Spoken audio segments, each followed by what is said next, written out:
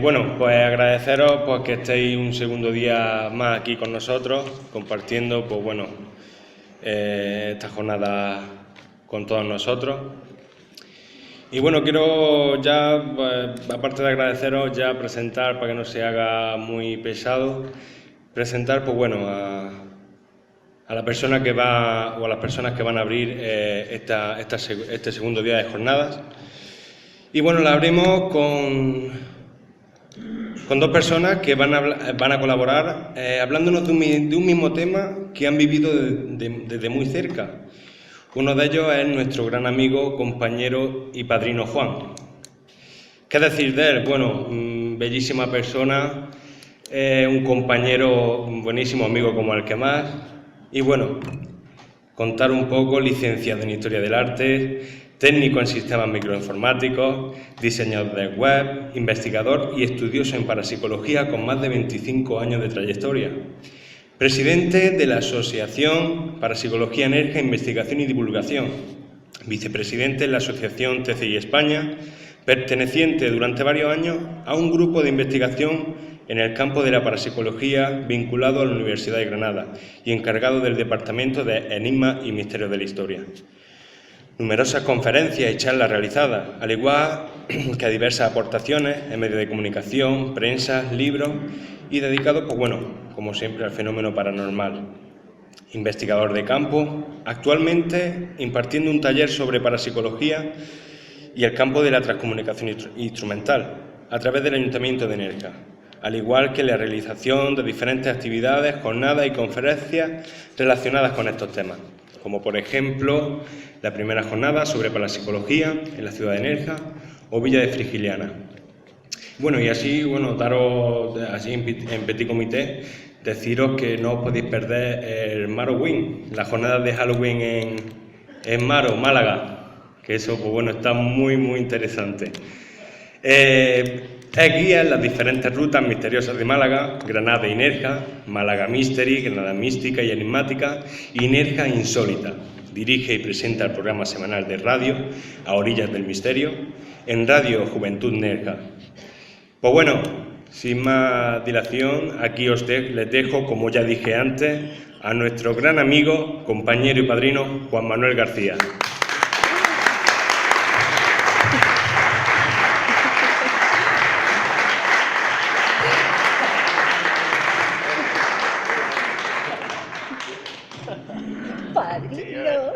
Os ha faltado papel. No,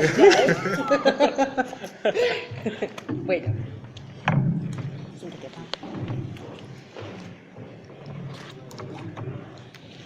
Incansable investigador, devorador de libros y sobre todo un gran ufólogo.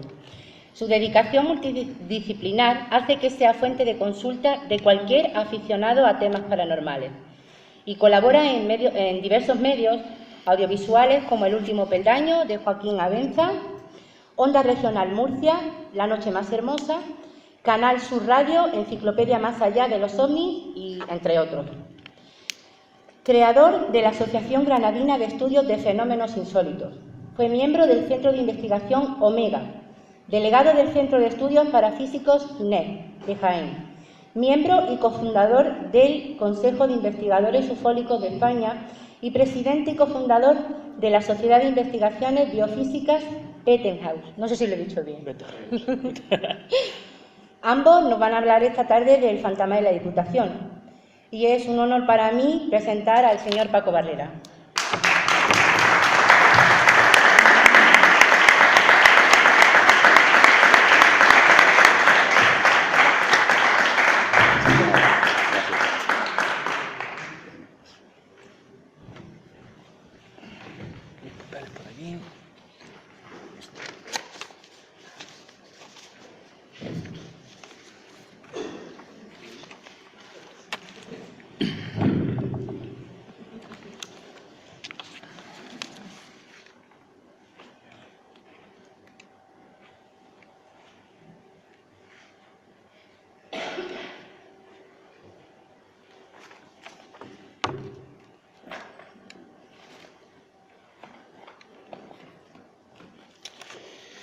Bueno, muy buenas tardes. bienvenido a Otura y a esta jornada hecha con toda la ilusión del mundo por un equipo grandísimo como es Hécate, segundo año consecutivo. Dar las gracias a ellos por organizar esto, por abriros a todos vosotros todo lo que nosotros, por lo que nosotros vivimos, que es el misterio, llevarlo a todos vosotros y al Ayuntamiento de Villa de Otura, por supuesto, nosotros sabemos lo que es eso, ¿no? Que consigamos unas instalaciones y poder estar aquí hoy, dos días consecutivos, para nosotros es algo maravilloso, es nuestra recompensa siempre, ¿no? El poder llegar a todos vosotros.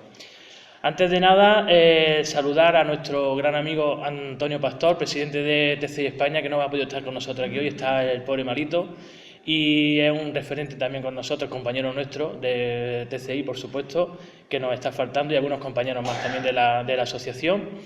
Y nada, yo, como habéis dicho, llevo tengo 40 años, hace unos días fue mi cumplí 41 años, que lo digo, yo no tengo problema. Y llevo 41 años pues casi en esto, porque yo nací en una familia granadina que se sentaba ahí y a mí me traían de pequeñito en una silla, en un carricoche, y he vivido conferencias, charlas y he visto documentales de maestros, Jiménez del Oso, Germán de Argumosa, que a mí me suenan muchísimo. Muchos jóvenes ahora no saben ni quiénes son, ¿no? Sinesio Darnell. Por lo tanto, yo he vivido con esto. ¿Y qué he vivido? Pues con la Diputación de Granada. Para mí, para los que estamos en equipos de investigación, nuestros casos no son casos, son como pequeños hijos, ¿no? Hijos pequeñitos, porque de hecho pasamos muchísimo tiempo con ellos, casi más que algunas veces que con la familia, porque es un hobby que nosotros tenemos, una inquietud y forma parte de nuestra vida, ¿no?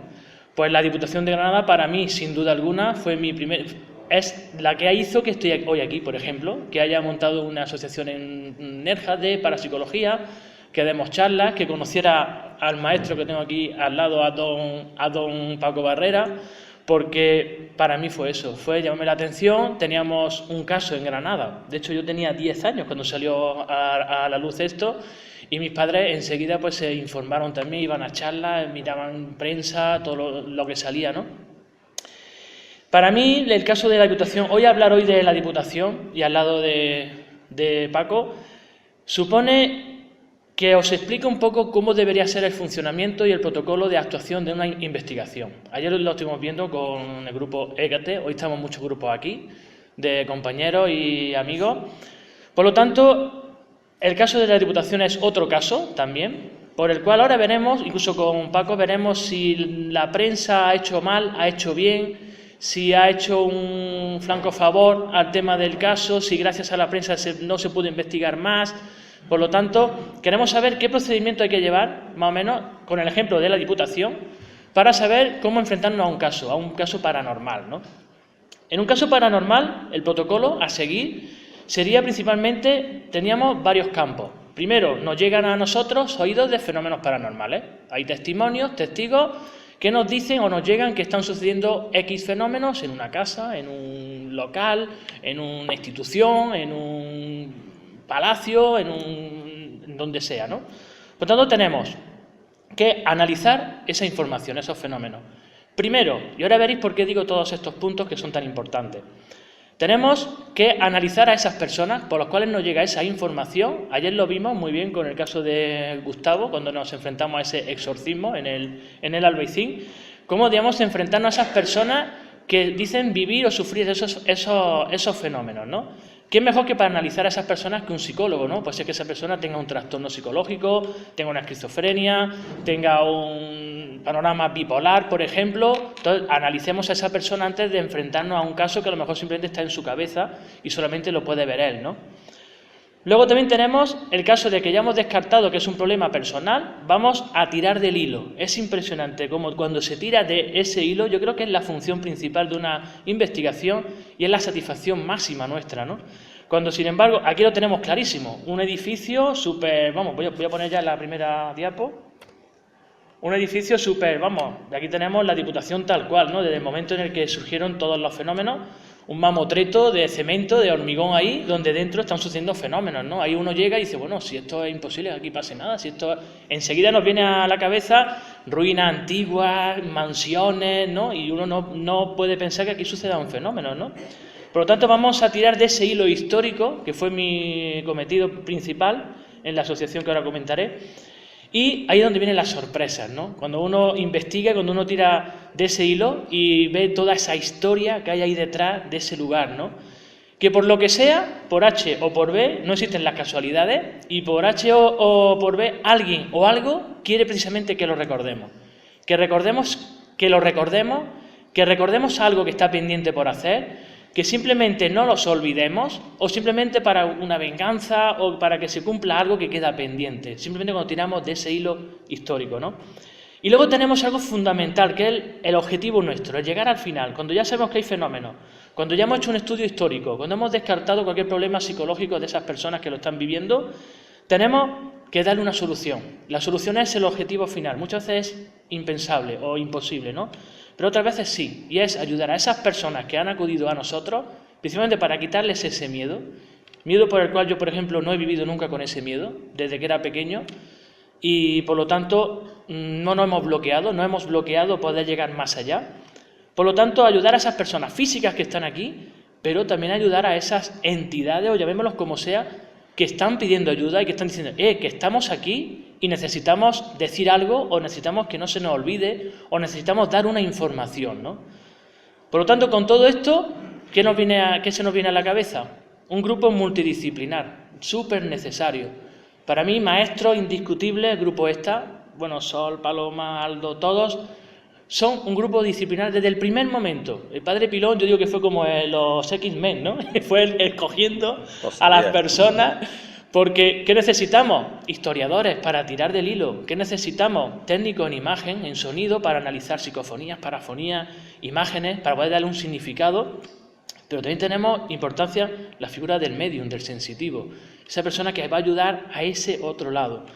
Por lo tanto, vemos que ese grupo tiene que estar muy bien formado y tiene que estar muy bien sabiendo cuál es su trabajo y su función en una investigación. Por supuesto, también importante la figura de un psicólogo. Un psicólogo, si es que estamos hablando de parapsicología, y lo estábamos hablando ayer, ¿dónde mejor que estudiar parapsicología que en una facultad de psicología, ¿no? Porque parapsicología es la que estudia lo que no da ninguna explicación científica la psicología, ¿no? La UNESCO lo recoge como una ciencia, o sea, como un estudio normal y corriente. Por lo tanto, que en España no se hable de parapsicología, yo creo que son por todos los medios de comunicación y por el mal publicidad que se ha dado, ¿no? Lo primero que se nos viene a la cabeza con la parapsicología es la niña del exorcista, las ouijas matando gente y los 4 fantasmas con cadenas por las calles, ¿no? O la señora con una túnica echando unas cartas que pone abajo parapsicóloga. Ojo, que son medios de comunicación, no digo que no sean todos farsantes, ¿no? Pero es con lo que nos hemos quedado, desgraciadamente. Pues yo estaba en mi facultad de Filosofía y Letras, estudiando Historia del Arte, allí en el campus de La Cartuja, aquí en Granada, y una vez salimos de las clases y veo un pedazo de cartel en los pasillos de mi facultad que pone conferencia de Alejandro Parra para hablar de parapsicología en la Facultad de Psicología, enfrente. Digo, esto es imposible. Cogí el cartel, lo enrollé, lo enmarqué, digo, esto es imposible, vamos. Y bueno, me fui, estuve allí en esa conferencia, en el mismo campus. Y digo, bueno, ¿quién ha sido los que han traído esto aquí? ¿Quiénes son estas personas? Pues era aquí el maestro Paco Barrera junto con el equipo, con la asociación, sí, Betelgeuse, que digo, aquí tengo que entrar del tirón, aquí tengo yo que entrar como sea, ¿no? Porque a nivel particular hacía cositas, pero quería formarme y estar dentro de un grupo. Y un grupo, señores, que estaba en la Facultad de Psicología, por tanto, que había una habitación que ponía extensión universitaria de Silver Betelgeuse de estudios parapsicológicos dentro de la Facultad de Psicología. Eso era inaudito, ¿no?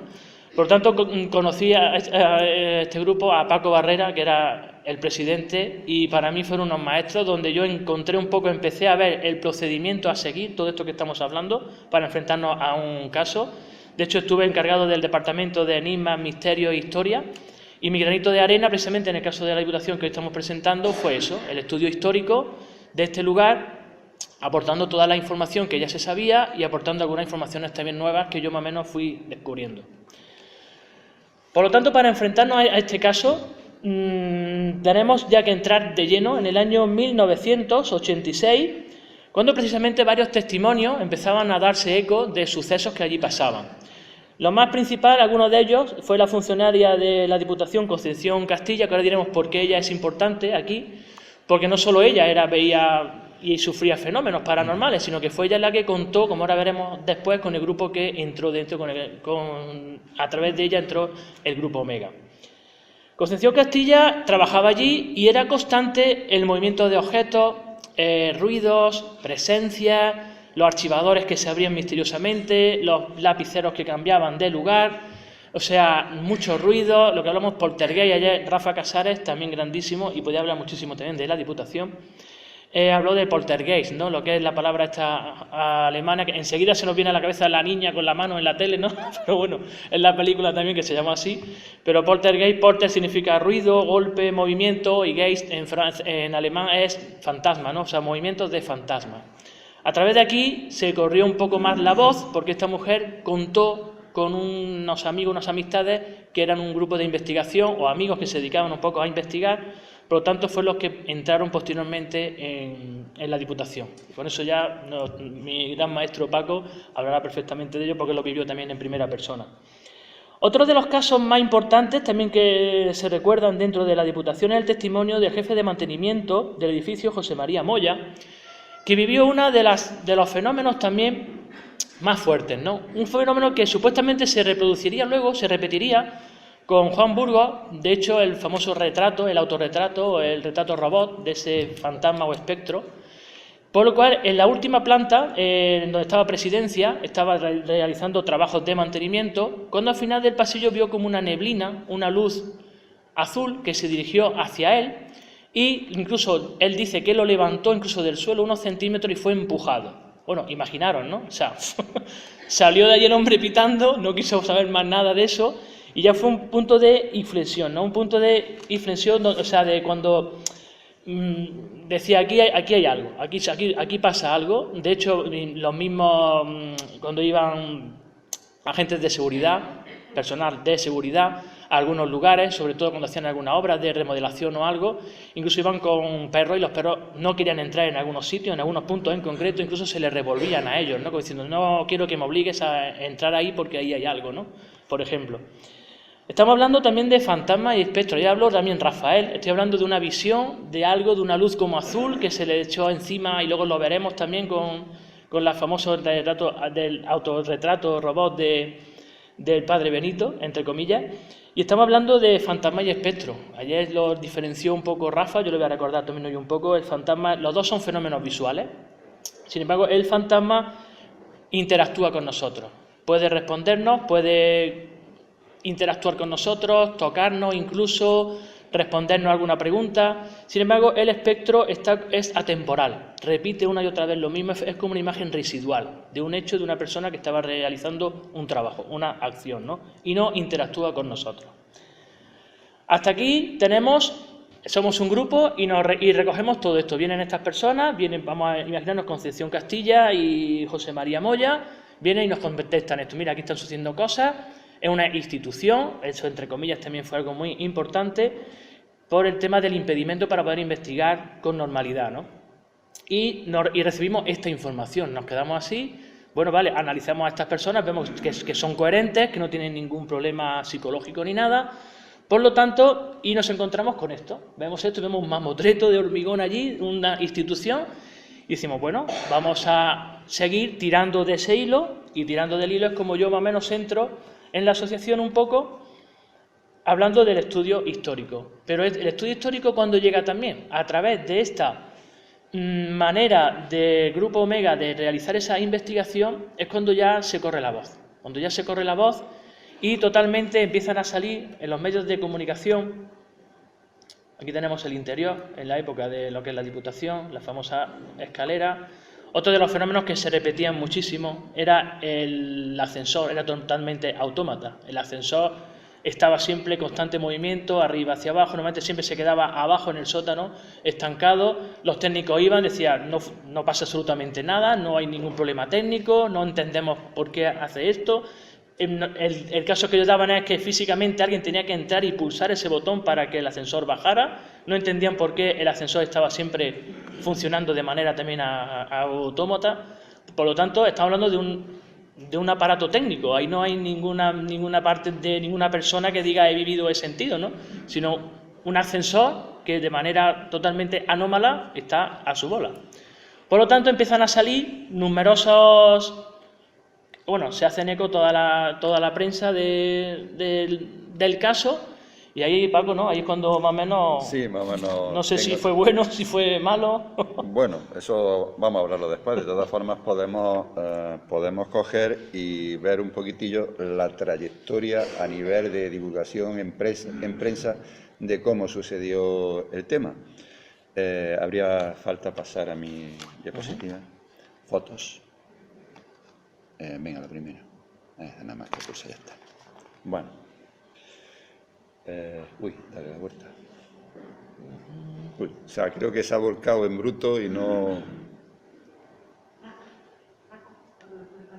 Sí, perdón.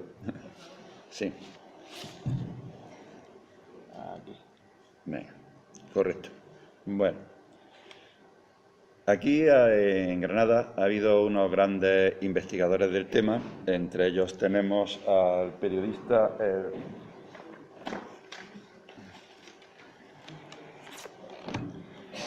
Juan Enrique Gómez ha hecho un trabajito, en concreto, en donde recoge esta trayectoria también de prensa. Pero yo no es no es mi ánimo corregir a nadie, pero, por ejemplo, puedo decir que la primera noticia que se dio del fantasma de la Diputación fue esta. Hasta un fantasma en Diputación, Mesones. Eso corresponde al año... Concretamente la fecha es 28 de abril de 1985, o sea, cuando prácticamente esto pasa casi desapercibido, pero sin embargo ya hay constancia de esa fenomenología que se está dando en este edificio. Siguiente, por favor. Vale, por la pantalla entera. Bien. La siguiente noticia que sale, de una forma un tanto velada, la tenemos aquí en la revista Más Allá. A ver si... creo que es problema del visor. Ahora, sí. Es lo que hace que salga... Perfecto. Correcto. Bien, la revista Más Allá. No hablan en Más Allá en este número del caso de la Diputación, pero sí hay una cosa muy importante, y la cosa importante es esta. Junto a esta revista, el profesor Jiménez del Oso regalaba un cassette, una cinta de cassette, que es lo que había en aquella época. Sí, no sé, se está yendo... No sé. Sí, está un poco... Vale, bueno, ponlo manualmente, pasa manualmente, vale, y ya está. Vale. Venga, la cinta de cassette. Junto a diferentes psicofonías famosas de aquella época, aquí fue cuando empezó a ser conocida a nivel nacional, que luego, en fin, traspasó fronteras y demás, y ya se conocía en todo el mundo. Y esta cinta, como digo, la presenta el doctor Jiménez del Oso, la cual luego, a la hora de hablar la Diputación, tendremos la oportunidad de escucharla. Curiosamente, no hablan de la Diputación. Curiosamente dice que esta es una psicofonía que se consiguió en un viejo edificio de Granada, sede de un organismo oficial. La cosa se queda ahí, digamos, en el misterio, y es porque todavía no había salido a la luz el tema de la Diputación a nivel de prensa. Siguiente, por favor. La primera noticia, que es la que recoge Juan Enrique Gómez, como que es la primera noticia en donde esto se divulga, es esta noticia, que está fechada el 23 de noviembre de 1989. Con esos titulares atribuyen a los fantasmas, ruidos, etcétera, etcétera. Incluso el detallito este que se ve aquí a la derecha, un poco tumbado, eso estaba en la portada del periódico. O sea que, correcto, la portada. Interiormente tenemos este artículo. O sea, una noticia que se considera importante, digna incluso de aparecer en primera página. Siguiente, por favor. Como he dicho, eso correspondía al día 23 de noviembre. El día 24 volvió a salir otra noticia al respecto, que es la que tenemos aquí, en donde se habla, los expertos no descartan de la Diputación se ve casos similares de la cara de Belmez. En aquella época ya se conocía la casuística de Belmez de la Moraleda, el fenómeno de las caras y demás. Y claro, los periodistas, bueno, algunos no muy versados en estas temáticas, pues en fin, hicieron esa comparación más o menos. Y a raíz de aquí, pues la cosa ya empezó a seguir para adelante, ¿no? Anterior. Espérate, idea. Bueno, no, está bien, perdón. Sí, vale, sí, ¿no? Siguiente. Bueno, llegamos a una revista. Ruego. No, déjala entera. ¿Sí? Sí, y ahora ya vamos. Vale. Sí, lo siento por eso. Vale, bueno, ruego por favor que se fije aquí arriba, ahí en ese titular. El otro está muy bien, pero bueno, no viene al caso. En ese titular de ahí arriba. ¿Lo ponemos ahora? Sí, ponlo arriba. Bien. En ese titular de arriba es cuando ya, digamos, el tema salta a nivel nacional. En la revista Interview, famosa, bueno, ya habéis visto, en fin, es una revista de ciencias naturales, sobre todo en aquella época. Pero bueno, aquí el tema, pues salió. Y tal vez puede que esto sea una causa, y aunque, en fin, es jocoso y me gusta de vez en cuando algún que otro chiste al respecto, pero interiormente tiene su intríngulis. Y es que puede que el hecho de que fuera divulgado a nivel nacional en este tipo de prensa ocasionó, entre otras muchas cosas, que la investigación se cerrara en banda. La gente que tenía que darnos los permisos y demás para poder interactuar, viendo esto, francamente no gustó, y menos en aquella época que todavía el tema del destape, por decirlo así, estaba un poco problemático. Bueno, pues como digo, esta revista, sí, seguimos, esta revista surgió en enero de 1990, salió eso. Y interiormente tenemos ya aquí el artículo correspondiente al tema de mesones, donde ya vemos un primer plano, la foto de Juan Burgos, incluso tiene en la mano el retrato robot que se hizo del fantasma, y empezó la cosa a rolar. Seguidamente tenemos ya que pasar a mayo del 91, en la revista Espacio-Tiempo, que fundó Jiménez del Oso, nos sale este artículo, Fantasma en la Diputación de Granada, nada más y nada menos que escrito por Juan Burgos. Como digo, esto sucedió en mayo de 1991. Siguiente punto a tener en cuenta como información fundamental es un artículo que salió en la revista Psicomunicación, el órgano de la Sociedad Parapsicológica Española, en el número 37, correspondiente a enero-diciembre de ese mismo año, del 1991. Pasa a la siguiente página. Este artículo, ahí tenemos la primera página de este artículo, está firmado por Carmelo Pérez y, bueno, adelanto, Carmelo Pérez es uno de los, digamos, detractores del caso Diputación, ya que opina que, bueno, dentro de que hubo ciertas cosas, pero casi lo echa por tierra, según su opinión. Esto es discutible, pero hay que decir todo, tanto a favor como en contra, y que cada uno se forme su opinión correspondiente. Seguidamente a esto llegamos al grupo Omega, Centro de Parapsicología Omega. Como he dicho, yo pertenecía al Centro de Parapsicología Omega, llevaba la sesión de ufología, puesto que a mí de siempre ha sido más la ufología, y de hecho ya habéis dado cuenta de mi puntero, lo que es.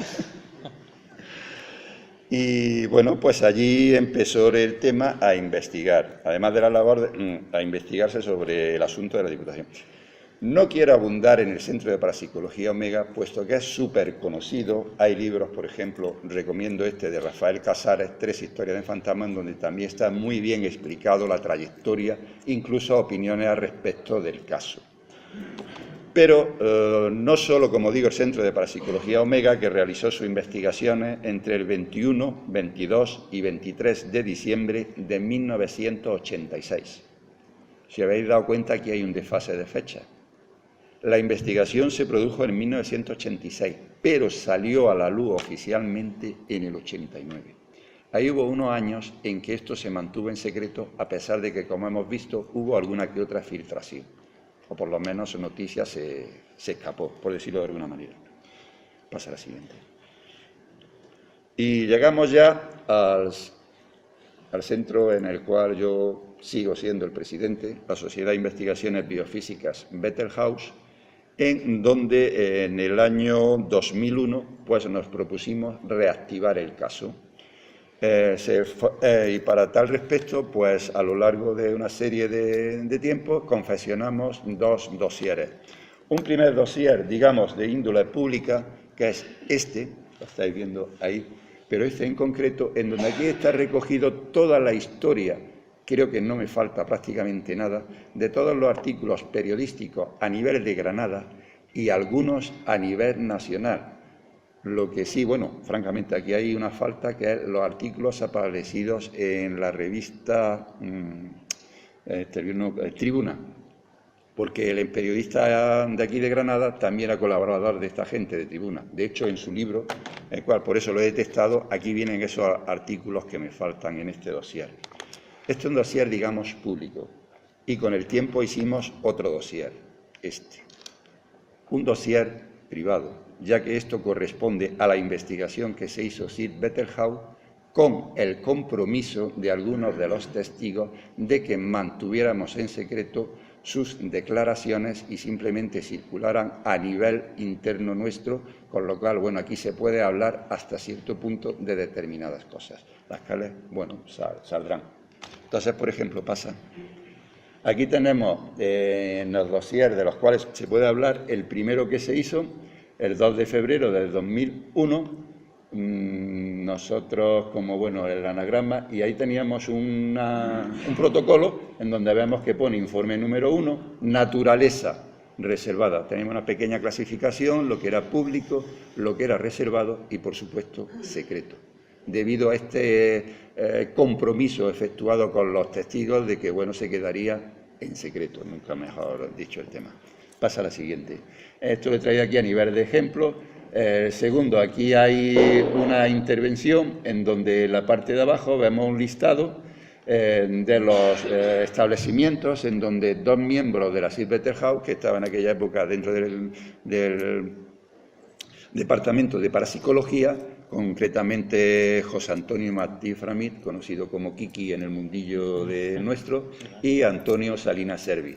Fueron los dos que francamente se le ocurrieron más. Yo, la verdad, adopté la postura cómoda, como jefe, que me traían todo, y así ya me informaba. Pero bueno, también aporté lo que pude. Pasa.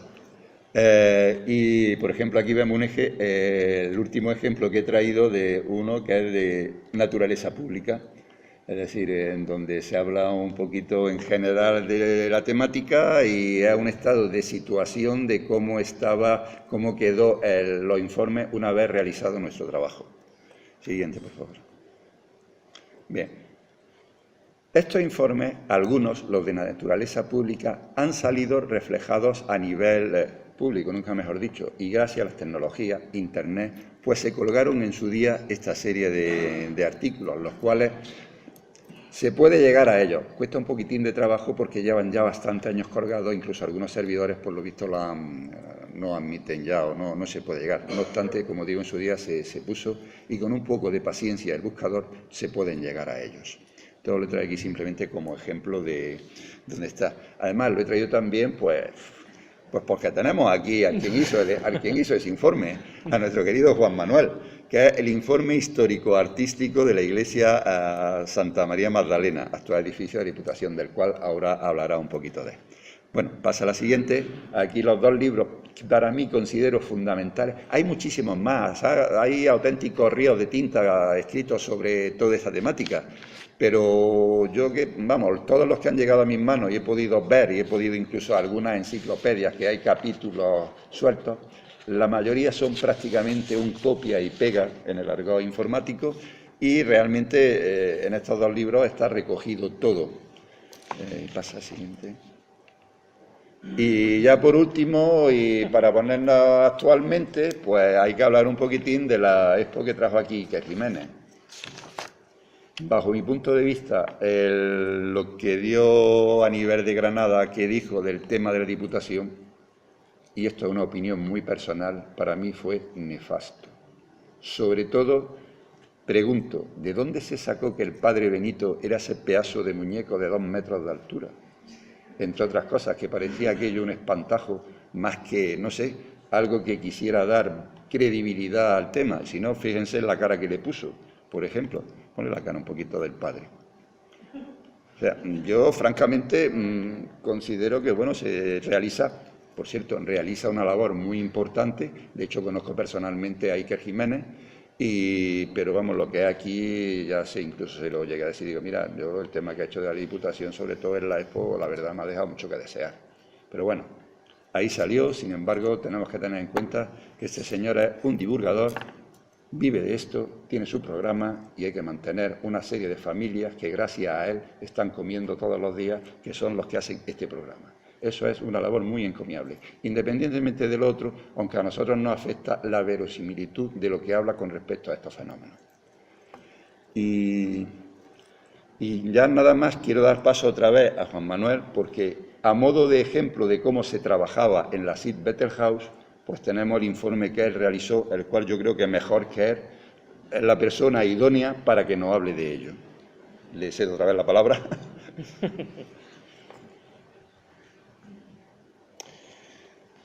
Vale.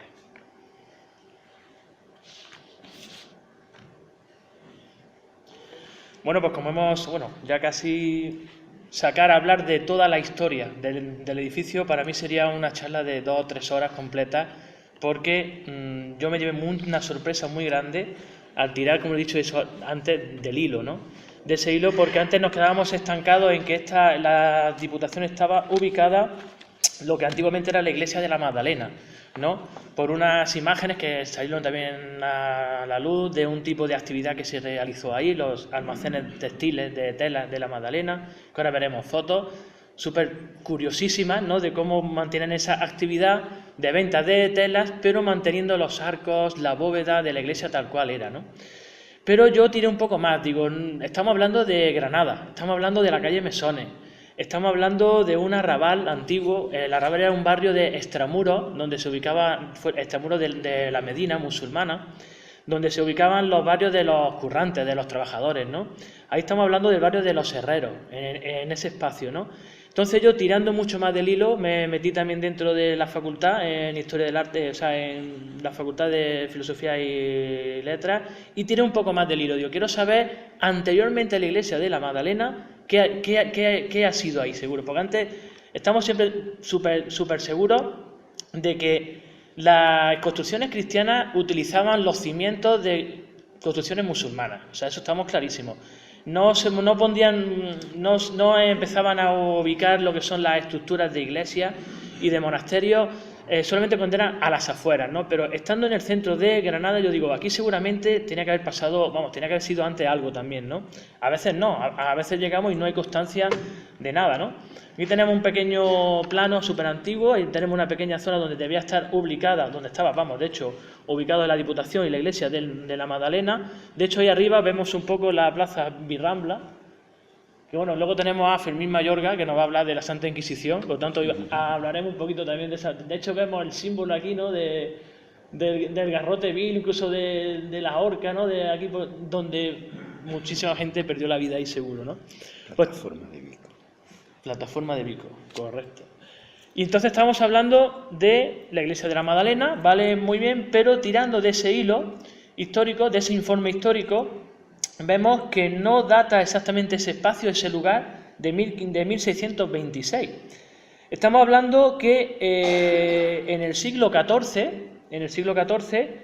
cuando estamos hablando del arrabal nazarí, o sea, en ese lugar que era el arrabal nazarí, estaba plenamente consolidado, aparece la llamada mezquita de Al-Haddadi, un templo gremial de los herreros que precisamente trabajaban por entonces en esa calle Mesones. Por lo tanto, tenemos que en ese siglo XIV ya tenemos emplazada, ya tenemos ubicada esa construcción en ese mismo lugar, donde luego se ubicaría la iglesia de la Magdalena. Como ya digo, de cada cosa de mezquita, de todo lo que hablamos, podemos seguir hablando una charla grandísima de cada lugar histórico, de cómo fue construido, del tema arquitectónico, de cuántos pilares costaba, de cómo era el tejado, los arbotantes, todo, ¿no? Pero yo digo que es un tema ya más histórico, que de hecho lo que es el informe está totalmente a la disposición de todo el mundo. De hecho, la bibliografía que yo utilicé está ahí puesta, yo no me he inventado nada, está todo ya escrito. Pero ya tenemos constancia del siglo XIV, la mezquita de Al-Haddadi fue construida en ese mismo lugar. Luego pasamos al año 1501, donde se construye sobre esa mezquita la ermita para la advocación de Nuestra Señora y San Roque. Por lo tanto, ya tenemos una ubicación anterior a la iglesia de la Magdalena. Tenemos en el 1501 una ermita a Nuestra Señora y San Roque. Posteriormente, en 1585, se ampliaría el inmueble, incorporando un espacio colindante perteneciente al hospital y tomando el nombre de la Veracruz. Se haría una construcción posterior y en 1585 empezaría a hablarse de iglesia, antes estábamos de una pequeña ermita, y ahora estaríamos hablando de una iglesia de la Veracruz, colindante a un hospital que había justamente al lado. Ya así, en 1626, totalmente, se inaugura el 27 de noviembre de 1639 lo que se llamaría la iglesia de la Magdalena. Para hablar de la iglesia de la Magdalena, aquí vamos a ver una pequeña Plaza Virrambla, ahí tenemos donde está ubicada la iglesia de la Magdalena, ya iglesia como tal. Plataforma de Armao. Plataforma de Armao, correcto.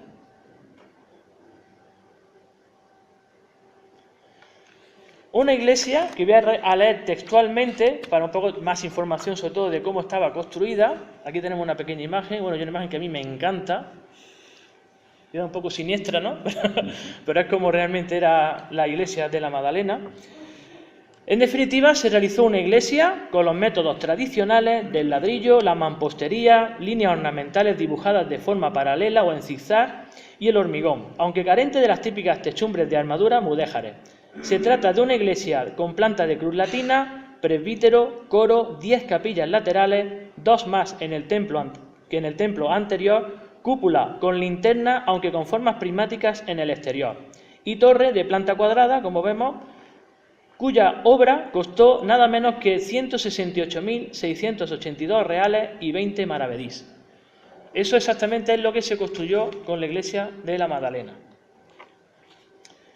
Posteriormente, aquí tenemos un poquito más esa planta con la forma de cruz, vamos, la planta en forma de cruz, las capillas laterales. De hecho, podemos ver un poquito de la imagen a través de lo que hablábamos antes, ¿no?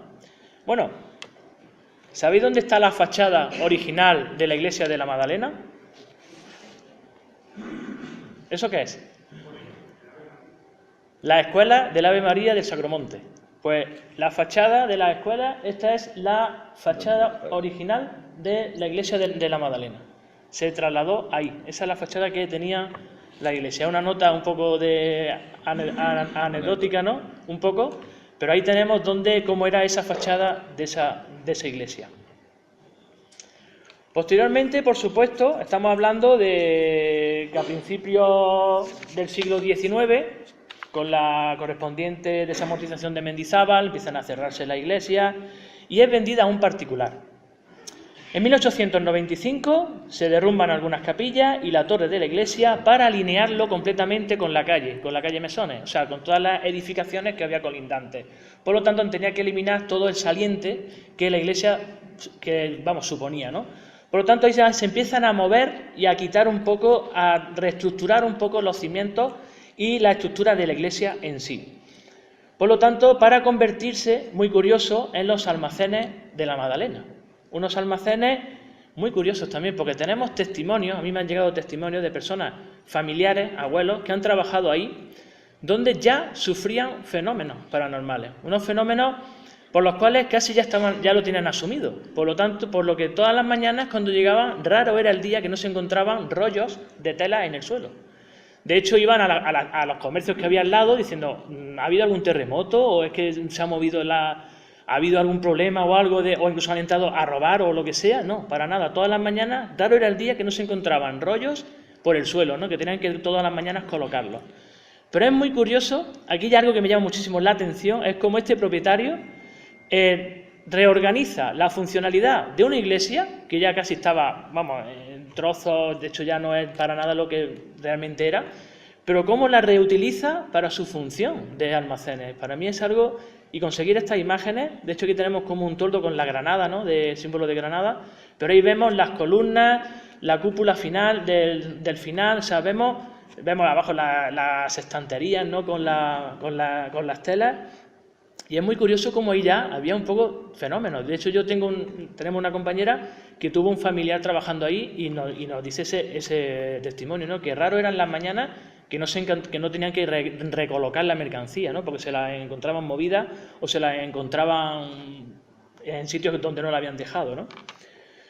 Por lo tanto, ya sería hasta 1972, de 1895 hasta 1972, ya sería en esta fecha cuando se realizan las obras más fuertes. Obras más fuertes que significa que entraría una cadena, bueno, aquí tenemos otras fotos también de la iglesia y de cuando era lo de el tejido de la Magdalena.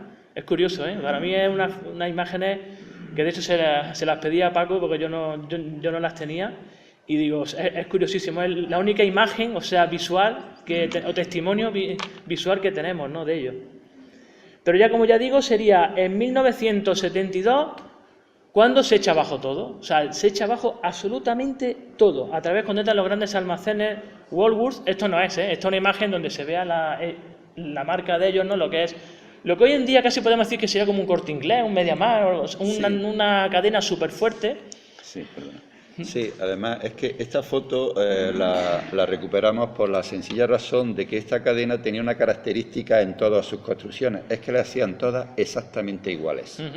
En Granada la que pusieron exactamente igual que esta. Esta no es de Granada, esta está recogida de otro lugar, pero bueno, da una idea, sobre todo por el tema de que vemos hoy un gran cuadrado, un gran cubo, con una característica cerrado. La única acceso era la entrada por abajo y la zona de cafetería. Y todo lo demás cerrado. Seguimos hablando de que es una cadena de origen británico. Imaginaros hoy un MediaMarkt. O sea, tienen que ubicar sus lugares estratégicamente donde más afluencia de público hay, donde más ventas pueden tener, asegurarse un éxito seguro, ¿no? O sea, eso era lo que ellos querían. Pero qué curioso que llegaron hasta 1980, o sea, 8 años simplemente en lo que ellos, los dirigentes, o sea, los directivos, no se explicaban cómo su negocio ahí no había triunfado. Ellos incluso hablaron de un malfario que le habían echado, de mala suerte, de un mal de ojo, de lo que fuera, porque ellos no entendían que no vendieran como sus otros negocios en otros puntos de España. ¿Cómo no vendían ahí nada, no? Por lo tanto, a los 8 años fue un desastre, tuvieron pérdidas, por lo tanto, cerraron totalmente lo que es el edificio, cuando ya llegaron a finalmente, el 4 de octubre de 1980, definitivamente cerraron sus puertas. Y es en 1985 cuando es adquirido el edificio por una administración pública, como sería instalándose allí la Diputación de Granada. Una diputación, como vemos, habéis visto, quiero poner los seguidos para que veáis el cubo, ¿no? O sea, ese cubo, ese mamotreto de hormigón, cómo se siguió manteniendo, ¿no? Sí. Totalmente. Estas grandes empresas, yo he trabajado 3 años en MediaMarkt, o sea, y yo sé el previo a montar un bicho de estos, como yo digo, un gigante de estos, está muy estudiado. No es al azar. No es al azar. O sea, ellos vieron esa localización y tuvieron que hacer unas obras impresionantes. De hecho, algo que quería comentar ahora también. Como he dicho, Woolworths fue cuando removió literalmente todo. Entraron excavadoras, o sea, para ver cómo era lo de la iglesia, a verlo ahora, bueno, pues es en este momento cuando se encontraron restos óseos. A través de esta demolición fue cuando se encontraron restos óseos. Nosotros tuvimos el privilegio de poder acceder porque se realizaron fotografías, pero estamos hablando de un gran almacén, estamos hablando de una empresa gigante. No se podían permitir el lujo de paralizar unas obras, porque claro, cuando se encuentran restos óseos hay que paralizar, porque eso es normal, hay que investigar qué es lo que ha pasado ahí. Pues no sé si fue por temas monetarios, si bajo cuerda o lo que fuera, no les interesó.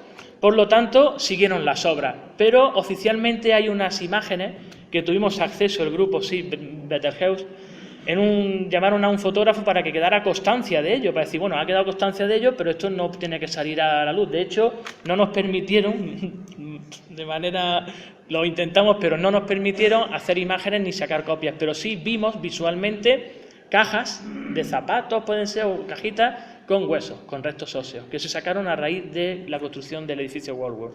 No sé si ahora Paco podrá hablar un poquito más de ello también. Andamos muy mal de tiempo. Sí, ¿no? Incluso voy a cortar un poquitín mi exposición que voy a hacer ahora después. Por lo tanto, lo que estamos hablando, llegamos en 1985, ya nos encontramos con la Diputación. Actualmente, el catastro. O sea, ahora mismo vemos que ha habido una nueva remodelación un poco, unas pequeñas balconadas, un poquillo de más vistoso, ¿no? Y lo que hablamos actualmente es lo que nos encontramos ahí ahora. Para mí, lo que yo digo, pasar por ahí es que todavía se me ricen los pelos, porque es una cosa, lo que yo digo, no he tenido la oportunidad de entrar dentro, de poder investigar, solamente un grupo ha podido entrar allí y solamente tenemos esa versión, solamente tenemos lo que ellos pudieron mostrarnos a nosotros, ¿no? Que es lo más... La única espina que yo tengo, ¿no? Es no poder compartirlo con otro grupo o poder acceder ahora con nuestra instrumentación, con todos los mecanismos que ahora tenemos para poder analizar, porque doy constancia de que a día de hoy tengo otro testimonio de una persona que está actualmente trabajando ahí, que tiene orden, todos tienen orden, de no comentar nada de lo que allí sucede y siguen sucediendo cosas a día de hoy. Bueno, creo que me toca. Sí. Estamos hablando de la Diputación, la historia, la fenomenología, las fantasmas, que en fin, y todo lo que pasó con Juan Burgos, en fin, y toda esta movida, creo que es bastante conocida. Veo que nos el tiempo nos está comiendo prácticamente lo que nos queda. Entonces, pienso que lo que podemos hacer directamente, aunque sea bocajarro, vámonos a la psicofonía, que es muy importante. Voy a poneros, como hemos visto antes, la fotografía de la cinta en donde se divulgó esta psicofonía dada por la revista Maya. Vamos a ver si esto quiere funcionar. A base de bien, esto lo ponemos por aquí. Vamos a escucharla. Esta última psicofonía ha sido cedida por Mariano Carmona Almendros. Fue obtenida por él y otros miembros de un grupo de investigación en un viejo edificio de Granada, utilizado actualmente como sede de un organismo oficial. Se trata de una voz cavernosa, cuyo mensaje no ha sido totalmente descifrado. En un momento puede entenderse la palabra lengua y termina diciendo «os arrepentiréis». Está repetida 3 veces.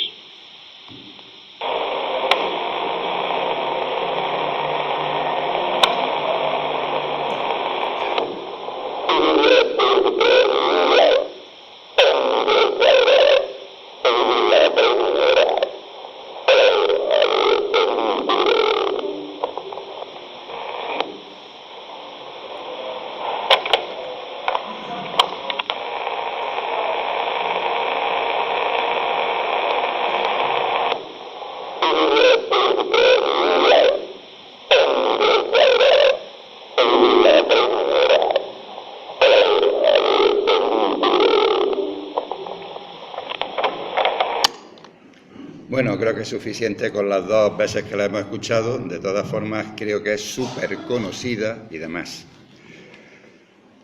Aquí hay que puntualizar una serie de cosas. La primera, por ejemplo, yo recuerdo cuando esta psicofonía se la llevé a Joaquín Abenza, mi jefe de radio, como le digo cariñosamente, ya que como en el currículum he dicho, soy colaborador del programa El Último Peldaño, Onda Regional de Murcia, donde todos los viernes, de vez en cuando, me podéis escuchar también, quien quiera, por supuesto. Bueno, le llevé la psicofonía y la primera impresión que le dio a él fue totalmente, eso es mentira. Fue una impresión directa. La cosa, digo, bueno, vamos a ver. Bueno, sigamos con la historia. Realmente es una psicofonía atípica. Las psicofonías que siempre son pequeños fonemas o pequeñas palabras o tal, pero en aquella época esto tan largo era el primer caso y de hecho tal vez por eso también se hizo muchísimo más famosa. Sin embargo, vamos a ver un poquito cómo fue obtenida. Esta psicofonía fue obtenida en la segunda noche de investigación del Grupo Omega allí en Granada, en la Diputación. Concretamente el 22 de diciembre de 1986, aproximadamente sobre las 2 de la madrugada. el lugar donde se obtuvo fue en el sótano del edificio, donde se cree que estaba precisamente el antiguo cementerio.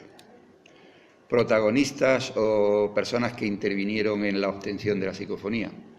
Bueno, como muy bien ha dicho Juanma, realmente allí tenemos que hacer caso del equipo que estuvo allí investigando, puesto que fueron los únicos que han tenido la oportunidad de trabajar allí dentro.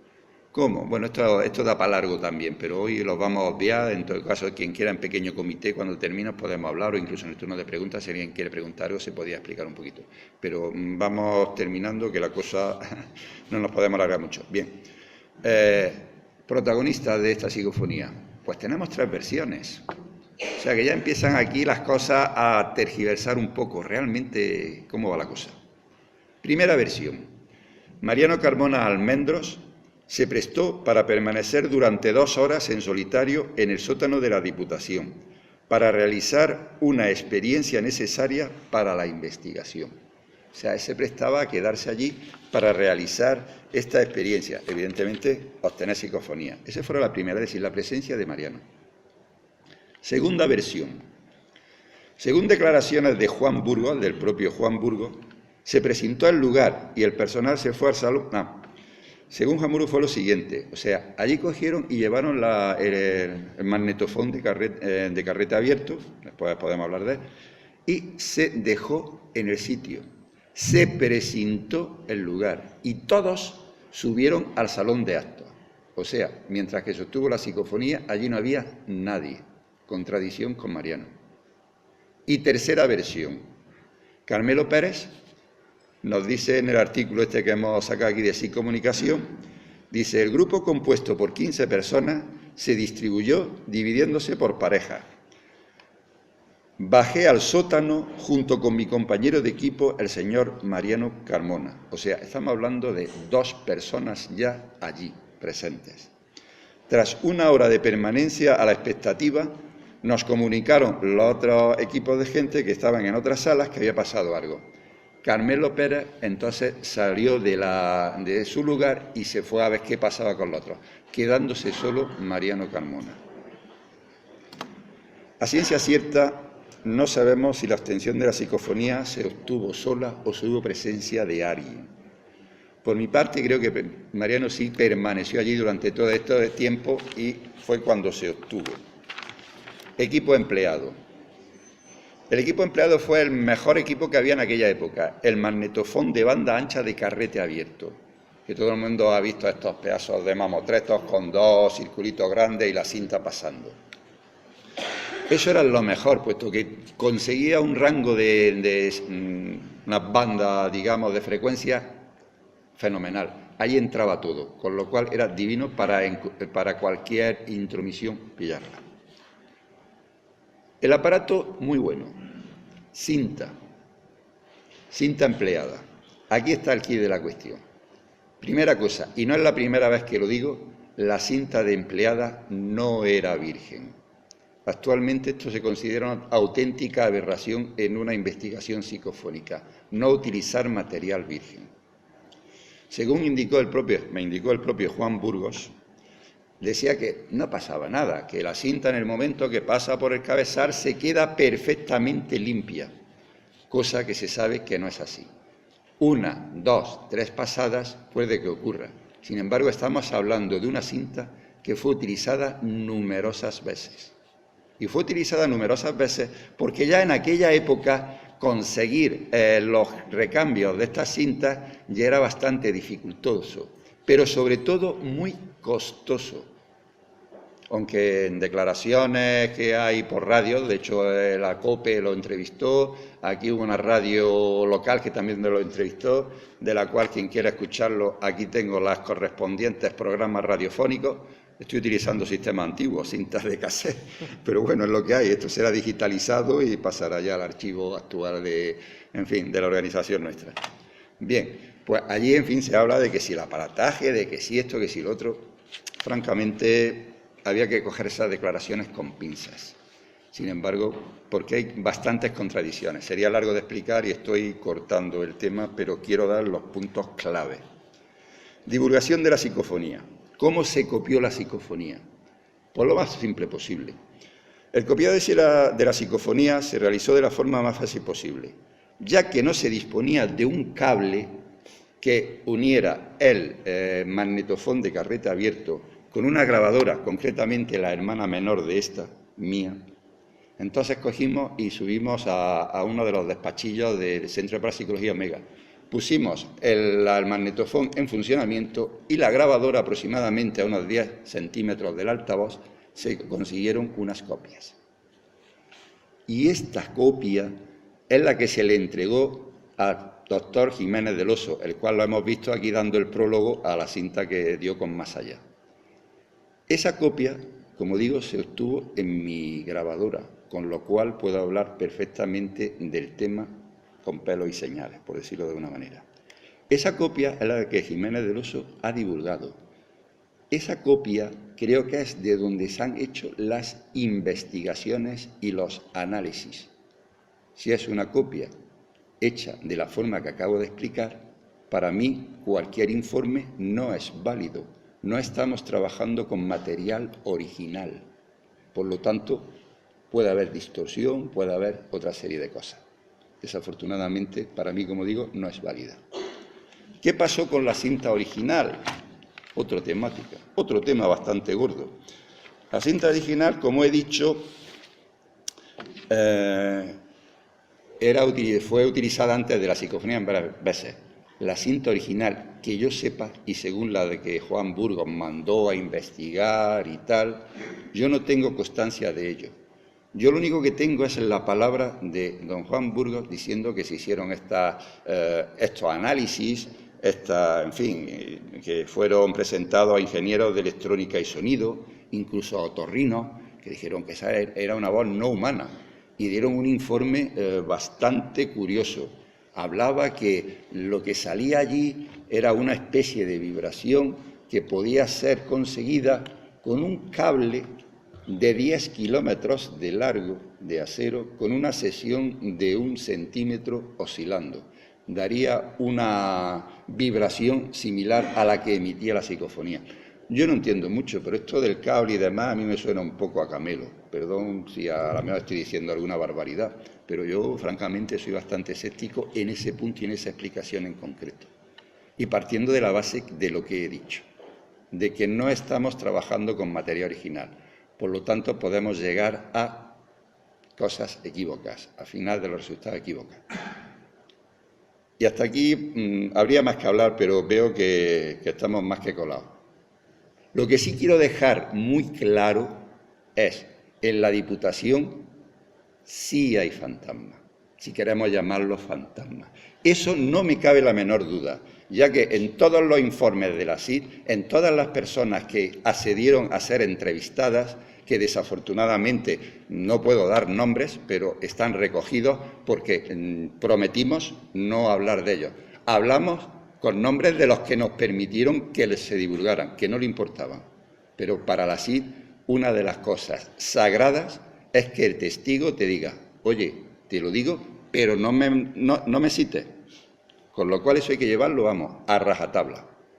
No como otros investigadores, y algunos saben por dónde voy. En fin, resumiendo y cortando. Cambio corto. Cambio corto. Diputación de Granada, allí hay algo, no solo por la investigación del Centro de Parapsicología Omega, no solo por la investigación de la SID Betterhouse, no solo por la investigación de investigadores sueltos, por decirlo de alguna manera, que han creado sus propias organizaciones, han creado sus cosas, muy loables, por cierto, y un gran alegría que esto se siga manteniendo, y que se están recuperando declaraciones de testigos anteriores a todo esto, en donde ya hablan de que allí pasaban cosas. Eso es muy importante. Antes de toda esta movida, de toda esta historia, allí pasaban cosas. Lo dejamos aquí. Gracias por estar.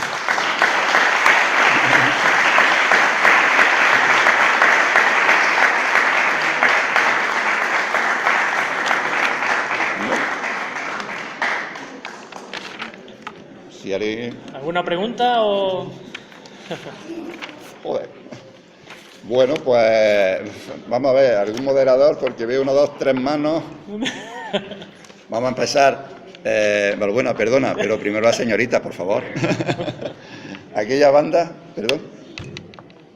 Bueno, mira, estaba comentando que cuando se hizo la Juanma, comentaba que cuando se hizo la relación de la iglesia para construir los almacenes, Sí, se encontraron restos óseos. sí, Y algunos de ellos se pudieron fotografiar porque salieron de allí en unas cajas sí, tapadas. sí. Entonces son huesos Personas. Niños, sí, por tamaño, hombre, no podemos verlo por la fotografía, pero están recogidos. O sea, de hecho, no sé si es que tenían la obligación de dejar constancia, entre comillas, de lo que habían encontrado, pero también de eliminarlo. Por lo tanto, eso nunca salió. Yo, es más, de hecho, es que me hemos visto físicamente. Es más, de hecho, las personas que tienen esas fotografías fue como un favor muy grande porque tampoco tienen orden de ni mostrarlas ni publicarlas ni nada. Y de hecho, ya fíjate que eso ya hace años. Hace años. Pero todavía nos las mostró y vamos, y más fue su hijo, el hijo de la persona que hizo esa fotografía. Hombre, estamos hablando de un lugar, de una iglesia, estamos hablando de una mezquita, estamos hablando de una parroquia, estamos hablando de que normalmente se suelen enterrar a personas vinculadas con ese lugar. No tenemos que olvidarnos también de ello, ¿no? Pero sí se ha demostrado, y sí, vamos, de hecho es que esa fotografía, lo bueno hubiera sido llevarla a un forense para indicar exactamente qué tipos de huesos podrían ser, porque normalmente eran huesos pequeñitos, como de niños. Sí. Sí.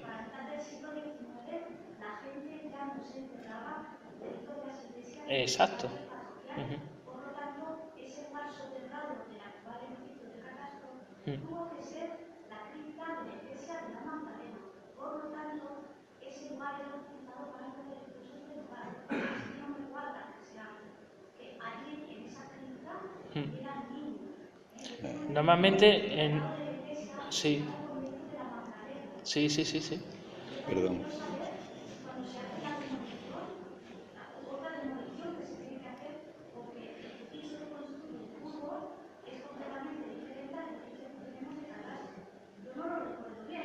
No sé si cuando en 2000 y poco el ayuntamiento decide llevar a la catástrofe se vuelve a hacer una demolición del edificio. No. El catastro se ha hecho un lavado de cara, una remodelación de fachada física. Los cimientos, está todo igual, ahí no se ha tocado nada en el interior. De hecho, normalmente los fenómenos suelen aparecer más y es como un hilo de conducción. Cuando se remueve esa tierra, es cuando supuestamente, entre comillas, más fenómenos se reproducen, ¿no? Y es lo que estamos hablando, incluso en los conventos, las personas que no tenían posibilidad de mantener a unos niños, lo más fácil era dejarlos en las puertas de un convento e irse. Había niños que morían de enfermedad, había niños que estaban malos, entonces a lo mejor podían morir allí dentro incluso y no tenían permiso, o sea, no podían incluso ir a enterrarlos. Sí.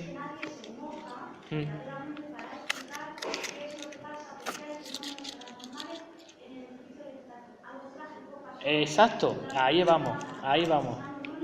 De eso no hay duda. Además que doy fe y se pone el vello de punta porque yo he visto esas imágenes. O sea, he visto esas imágenes de esas cajas de huesos. Por lo tanto, lo he visto. Por lo tanto, coincide esa historia, ese hilo de que algo a día de hoy, y como he dicho, tengo un testimonio de una persona que ya está trabajando en la misma Diputación, o sea, en el mismo servicio público, pero en otro lugar, también en calle San Matías, y ha estado trabajando y dice, Juan Manuel, sigue pasando lo mismo. O sea, estamos acostumbrados casi a esto ya, pero incluso tenemos firmado no hablar nada, porque esto ya tiene que estar en el pasado. Pero siguen pasando cosas, entonces la idea es en la impotencia de no poder llegar allí e intentar llegar al final, como he dicho al principio, llegar al objetivo de esto, que es el por qué hay algo allí que quiere que se sepa. Ya estamos hablando del padre Benito, estamos hablando de muchas historias, de una versión. Esto es una versión de una investigación, que al cual no podemos ni acceder a esto. Prácticamente es lo que nos ha llegado. Y a día de hoy, con toda la información que hoy tenemos, yo creo que podemos llegar al objetivo súper fácil, pero desgraciadamente yo creo que es imposible, a no ser que una mente maravillosa llegue a la Diputación nueva, o sea, allí y pueda permitirlo, pero yo creo que va a ser imposible. El problema es precisamente eso, lo hemos tocado muy subrepticiamente, es la forma en que salió esto a la prensa, las historias que han rodeado a todo esto y, digamos, los condicionantes políticos de la época, y más que estamos hablando de un organismo oficial, hicieron de que no se podía hablar nada de esto. la investigación después del Rosario de la Aurora que se montó los primeros días cuando esto salió a la prensa, con la gente trabajando en el mismo catastro, vamos, hicieron que se cerraran totalmente en banda. He de decir que hubo un permiso especial que dieron, y fue un programa que se hizo en Cuarto Milenio, donde Rafa Casares estuvo por allí, creo que también estuvo el investigador Juan José Aro Vallejo, también nacido en la SID, y solamente ha sido cuando se ha vuelto a ceder, y ya aquello se terminó absoluta y totalmente. A día de hoy, imposible. No se os ocurra ir allí a preguntar si podéis hacer algo al respecto. No digo más nada.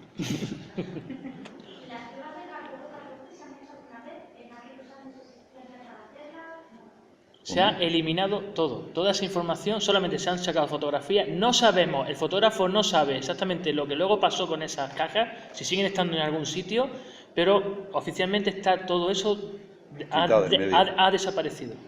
Por lo tanto, tenemos todos los ingredientes, todos tenemos una historia histórica de que ahí ha pasado muchísimas cosas, muchísimas vidas, muchísimas personas han pasado por ahí, tenemos restos óseos, y tenemos y tenemos fenomenología. Por lo tanto, es que tenemos todos los ingredientes para poder investigar, pero al día de hoy es imposible.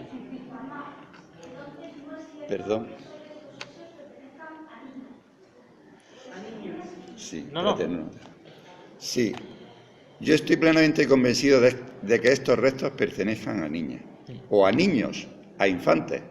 Muy fácil. ¿Qué pasaba en los conventos en aquella época? ¿Qué pasaba con la dama de la época, la señora? Que bueno, había muchos niños por ahí sueltos. ¿Qué pasaban con todo eso? ¿Qué pasaba con alguna que otra monja un poquito casquivana? ¿Qué pasaba? En fin, estoy diciendo cosas históricas. Que está allí Fermín, ¿eh? Bueno. Fermín puede indicarnos bastantes cositas En también fin, en los conventos. Quiero decir, la posibilidad hay. Y lo que ha dicho Juanma, ¿dónde dejaban las familias pobres que no tenían para sustentar a sus hijos? ¿Dónde los dejaban? En las puertas de los conventos.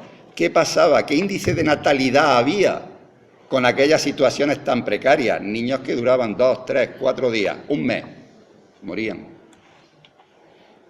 Luego la posibilidad, ahí está.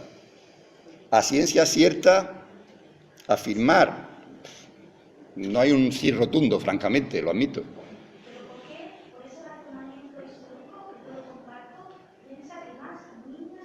No hemos dicho niñas, hemos dicho niños. En general, niños.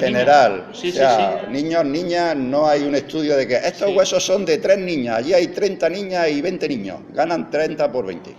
¿Qué vamos a hacer? Bueno, de hecho también Paco salió como un testimonio de albañiles que estaban trabajando allí, ¿no? En la época esta también de reconstrucción y de demolición, que le desaparecían las herramientas de sitio, de lugar. Eso fueron también que se habló un poco, no sé si era ya por... Sí, pero eso entra dentro, digamos, del tema de que, bueno, en muchas obras y más si hay, bueno, esto también por el trabajo que desarrollo yo, de lo que vivo, está relacionado con el tema de la construcción y demás. Es muy normal, donde hay una obra en donde hay varias empresas, que las herramientas desaparezcan o por lo menos sean cambiadas de lugar.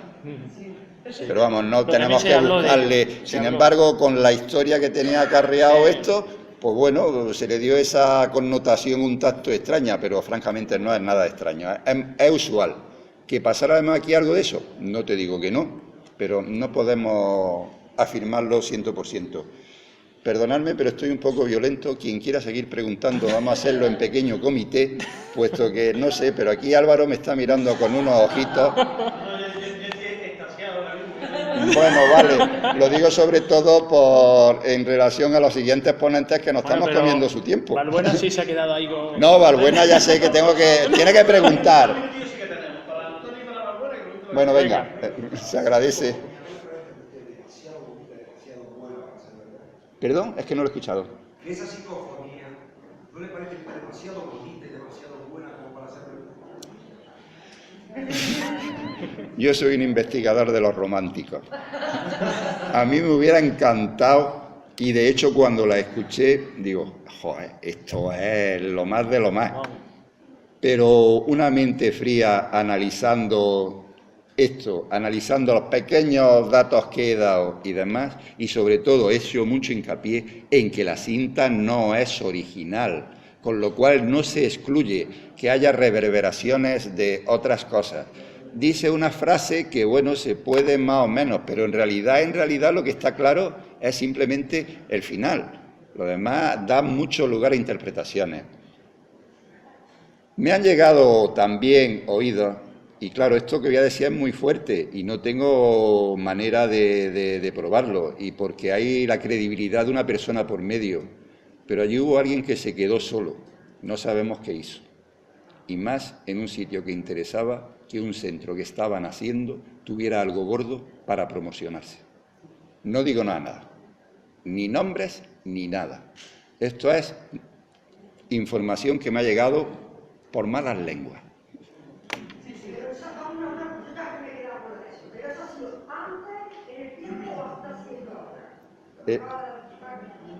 Hombre, en aquella época no, pero ya te he dicho que la información, y de hecho en el año 2001 la Siebettelhaus empezó a remover todas estas cositas. En ese periodo en donde hay incluso información que en aquella época originaria no sabíamos, porque no habíamos entrado en contacto con testigos de primera mano de allí, de aquello. Nos teníamos que ceñir a las conversaciones a las entrevistas de radio de los integrantes del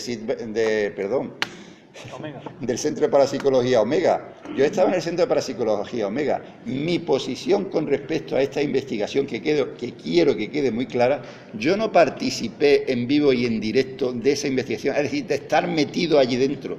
No, yo estaba con una especie de segundo plano, pero estaba recibiendo una información de primera mano.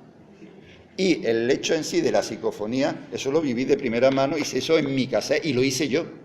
Por eso lo he dicho y lo afirmo, lo rotundo, donde haga falta.